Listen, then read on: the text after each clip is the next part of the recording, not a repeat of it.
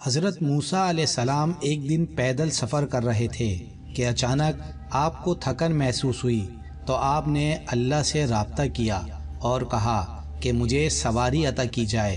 اللہ نے کہا کہ فلاں جگہ میرا ولی بیٹھا ہے، اس کے پاس چلے جاؤ۔ آپ علیہ السلام اس کے پاس گئے تو ولی نے آپ کی طرف دیکھا اور کہا السلام علیکم یا موسیٰ علیہ السلام۔ حضرت موسیٰ علیہ السلام نے سلام کا جواب دیا اور دل میں سوچنے لگے کہ اس کو میرا نام کس نے بتایا ہے؟ تو اس ولی نے کہا اے موسیٰ علیہ السلام، جس اللہ نے آپ کو میرے پاس بھیجا ہے اسی نے آپ کا نام بتایا ہے۔ اور پھر وہ عبادت میں مشغول ہو گیا۔ اب حضرت موسیٰ علیہ السلام دل میں سوچنے لگے کہ اس کے پاس تو کوئی سواری نہیں ہے، تو پھر مجھے سواری کہاں سے لا کر دے گا؟ تو اس ولی نے کہا اے موسیٰ علیہ السلام، آپ کو تو سواری چاہیے نا، میں جدھر مرضی سے لا کر دوں۔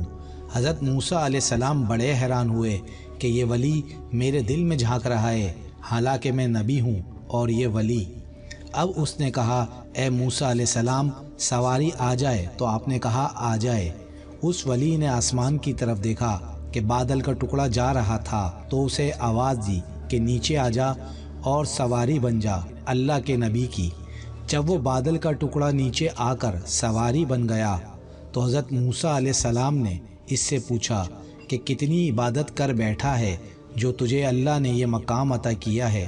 اس نے کہا اے موسیٰ علیہ السلام، میری ایک بوڑھی ماں تھی جو بہت بیمار تھی، میں نے 20 سال اس کی خدمت کی ہے، اور جب میری ماں کا آخری وقت آیا تو اس نے اپنے دونوں ہاتھ اوپر اٹھا کر دعا مانگی، اے اللہ، جس طرح میرا بیٹا 20 سال میری مانتا رہا ہے، اسی طرح میرے جانے کے بعد تو بھی میرے بیٹے کی ہر بات پوری کرتے رہنا۔